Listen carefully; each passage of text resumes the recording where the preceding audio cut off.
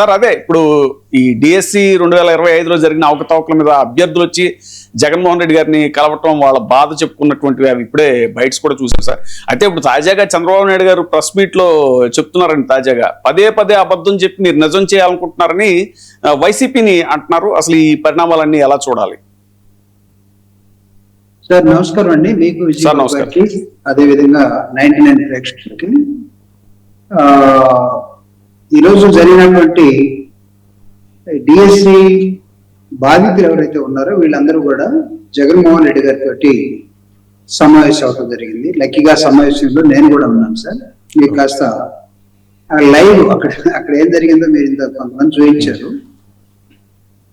బాధాకరమైన అంశం ఏంటంటే అక్కడికి వచ్చినటువంటి ప్రతి విద్యార్థి, విజయబాబు గారు, ప్రతి విద్యార్థి వాళ్ళు మొత్తం సెలెక్ట్ అయినటువంటి వాళ్ళండి. వాళ్ళేం జస్ట్ లైక్ దట్ చెప్పట్లేదు. They have been selected and all though certificates verified. Verification చేసేటప్పుడు వెరిఫికేషన్ ఆఫీసర్స్ మీరు సెలెక్ట్ అయిపోయారని చెప్పేసారు. వాళ్ళకి హైయెస్ట్ మార్కులు వచ్చిన వాళ్ళు కూడా ఉన్నారని ఆ లిస్ట్ లో చూపించారండి. ఉన్నారు సార్.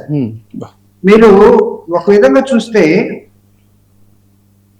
ఒక వ్యక్తి ఒక కాంపిటేటివ్ స్టేట్ కాంపిటేటివ్ ఎగ్జామినేషన్ లో దాదాపు 1 సంవత్సరం, 2 సంవత్సరాలు, 3 సంవత్సరాలు ప్రయత్నం చేసి ప్రిపేర్ అయ్యి సెలెక్ట్ అయ్యావు అని చెప్పిన తర్వాత వాడికి ఉండే సంతోషం లేదా వాడికి ఉండే ఆశలు జీవితం మీద అది ఎవరెస్ట్ శిఖరం అంత ఉండిపోతాయండి. బికాస్ అతను నేను సెట్ అయిపోయాను ఇంకా అన్ని విధాల, తల్లిదండ్రులు, కుటుంబాలు, బంధువులు మొత్తం కూడా అనుకుంటా.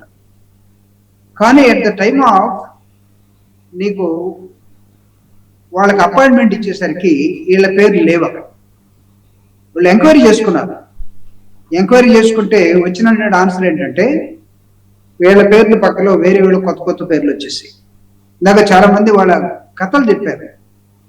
దొంగ సర్టిఫికేట్లు ఎలా వచ్చారు, మా సర్టిఫికేట్లు ఎలా ఉన్నాయి, మేము అడిగితే మాకేం సమాధానం చెప్పారు. ఇవన్నీ జగన్మోహన్ రెడ్డి గారు ఒక అంశం చెప్పాడు. మనం ఉన్నప్పుడు డిఎస్సి మనం కండక్ట్ చేసి ఒక్క లోపం లేకుండా, ఒక్క కంప్లైంట్ లేకుండా ఇచ్చాం. వీళ్ళన్నిటిని కలిపెట్టి ఇదిగో అది ఇది చేసి మెగా అని చెప్పి వీళ్ళు మెగా మోసం చేసినట్టుగా కనబడతా ఉంది. వీళ్ళందరినీ చూస్తే పాపం ఏమన్నారు అన్నాడు. నీకు ఎగ్జామినేషన్ లో పాస్ అవటం వేరు, క్వాలిఫై అవటం వేరు. ఎగ్జామినేషన్ లో నువ్వు క్వాలిఫై అవటమే కాకుండా ఇంటర్వ్యూ పిలిచి ఇంటర్వ్యూలో అల్టిమేట్ గా గాట్ జాబ్ అని చెప్పడం కూడా వేరు. ఈ ప్రభుత్వం ఇప్పుడు ఉన్నటువంటి తెలుగుదేశం ప్రభుత్వం, కూటమి ప్రభుత్వం, నేను అడుగుతూ ఉన్నా, అసలు పవన్ కళ్యాణ్ గారు కానీ లేకపోతే బీజేపీ వాడు కానీ వాళ్ళు ఎప్పుడు మాట్లాడతారో అర్థం కావట్లేదు. వాళ్ళు ఒక రాజకీయ పార్టీగా పెట్టుకొని కూటమిలో ఉన్నంత మాత్రాన ఈ రాష్ట్రంలో విద్యార్థులకి లేకపోతే నిరుద్యోగులకి జరుగుతున్నటువంటి అంశాల మీద వాళ్ళు మాట్లాడకుండా పోవటం వల్ల ఏమవుతుందంటే రాష్ట్రం మొత్తంలో ఉన్న నిరుద్యోగ యువత జనసేనని, బీజేపీని, తెలుగుదేశాన్ని అసహించుకునే దశలోకి వెళ్ళిపోతా ఉన్నారు. వాళ్ళ అండర్లో జరుగుతున్నటువంటి, నేను ఎందుకు అండర్ అంటున్నానంటే APSC or DSC or any other examination, it has been totally influenced by the politicians. ఎవరండి? ప్యాకాట్ ఆడుకునేవాడు కూడా ఉద్యోగం ఉంటారు. ఇప్పుడు విన్నారండి విజయబాబు గారు? నా దృష్టికి వచ్చింది ఏంటంటే హైయెస్ట్ మార్క్స్ వచ్చిన తర్వాత వాళ్ళని వెరిఫికేషన్కి పిలిచి చివరి నిమిషంలో వెరిఫికేషన్స్ తీసుకొని వెళితే జాబితాలో మీ పేరు లేదని చెప్పని అన్నారంట. అంటే ఇది ఎట్లా జరిగింది? అసలు హారిజాంటల్ రిజర్వేషన్స్ అమల్లో లోపాలు ఉన్నాయని చెప్పని చెప్తా ఉన్నారు.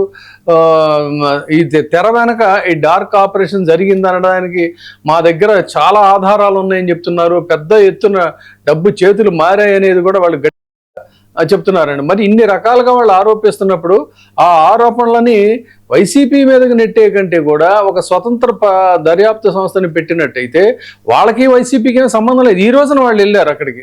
అంటే ఎవరో ఒకళ్ళు న్యాయం చేయాలి కాబట్టి ఎవరు ఉన్నారని చెప్పని వెళ్ళారు.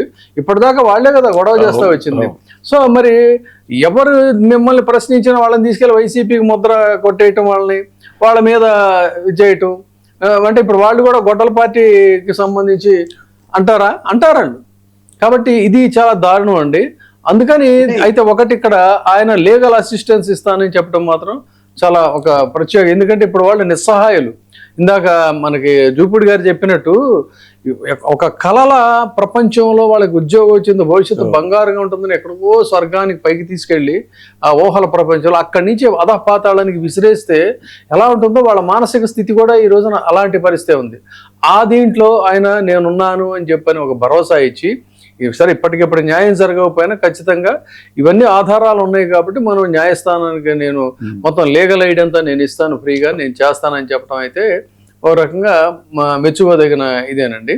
అయితే ఇంతేనా, ఇంకా దీని మీద ఏమైనా మీరు పార్టీ తరఫున ప్రత్యక్ష ఆందోళన? సార్ ఇంకొక విషయం చెప్పను మీకు, అసలు ఇది రోస్టర్ తయారు చేసేటప్పుడు లేకపోతే వేకెన్సీస్ ఫిల్ఫిల్ చేసేటప్పుడు they have to follow the certain reservation system అండి. అవును, there are clear cut guide line, reservation ఎలా ఫాలో కావాలి.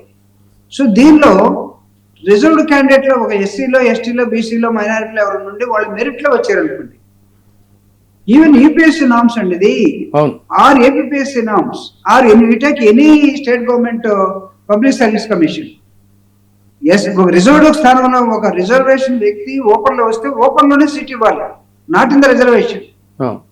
వీళ్ళు ఏం చేశారు, 100కి 98 వచ్చిన వాడు ఒక ఎస్సీ వాడు, ఒక బీసీ వాడు, ఎవరన్నా ఈబీసీ ఉంటే వాళ్ళని తీసుకెళ్లి వాళ్ళకున్న ఈబీసీ కోటాలో పెట్టారండి. ఇది ఫండమెంటల్ గా against the norms what the UPSC and other things has framed, they have violated completely, totally they have violated.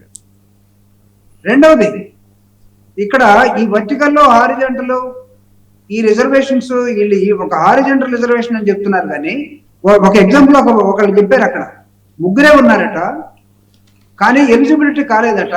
అప్పుడు ఇంకా కిందకి వెళ్ళి చూడాలి, నార్మల్ గా క్వాలిఫై అయిన వాళ్ళు ముగ్గురే ఉంటే ఎలిజిబిలిటీ రాకపోతే వేకెన్సీస్ అంతగానే ఎక్కువ ఉంటే that is called zone of reservation అని అంటాం.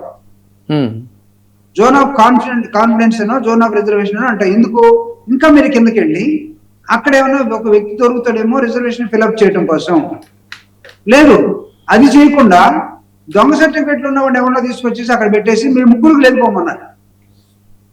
సో ఇప్పుడు దీని మీద ఓన్లీ లీగల్ బ్యాటిలేనా, ఇంకేమైనా డెమోక్రటిక్ మెథడ్ లో మీ party there are two methods. ఒకటి already legal battle YSR Congress party legal cell నుంచి స్టార్ట్ చేసింది. అక్కడ ఉన్నటువంటి మనోహర్ రెడ్డి గారికి, తర్వాత సుదర్శన్ రెడ్డి గారికి, వీళ్ళకి జగన్మోహన్ రెడ్డి గారు అప్పచెప్పారు. వీళ్ళ తరఫున వాళ్ళు ఎవరు డబ్బులు కూడా పెట్టుకోలేరు, కోర్టు ఖర్చులు కూడా పెట్టుకోలేరు, పార్టీయే పెట్టుకొని వీళ్ళ తరఫున కోర్టులో కేసు చేయమని చెప్పాడు. నెంబర్ 1. రెండవది, ఉవ్వెత్తున ఇక్కడ నిరుద్యోగులు, యువకులు లేకపోతే ఆస్పిరెంట్స్ సమాజంలో ఒక జన్జీ లాంటి ఒక ఉద్యమం ఇప్పుడున్నటువంటి కూటమి ప్రభుత్వం మీద లేవబోతుంది సార్. మేము తయారు చేయాల్సిన అవసరం కూడా లేదు, ఖచ్చితంగా తయారవుతా ఉంది. వీళ్ళకి ఫ్యూచర్ లో వీళ్ళ ప్రభుత్వంలో జరిగే ఎనీ కాంపిటేటివ్ ఎగ్జామినేషన్స్ ఎవరు సార్ అసలు స్పోర్ట్స్ కోటాలో తీసుకొచ్చి పేపర్ పడుకునే వాడికి నాకున్న డౌట్ ఏంటంటే ఇవ్వకుండా జూపుడి గారు దానికన్నా కింద రజక పథకం ఉంటుంది కదా, వాళ్ళని తీసుకొచ్చి పైకి ఇచ్చారట.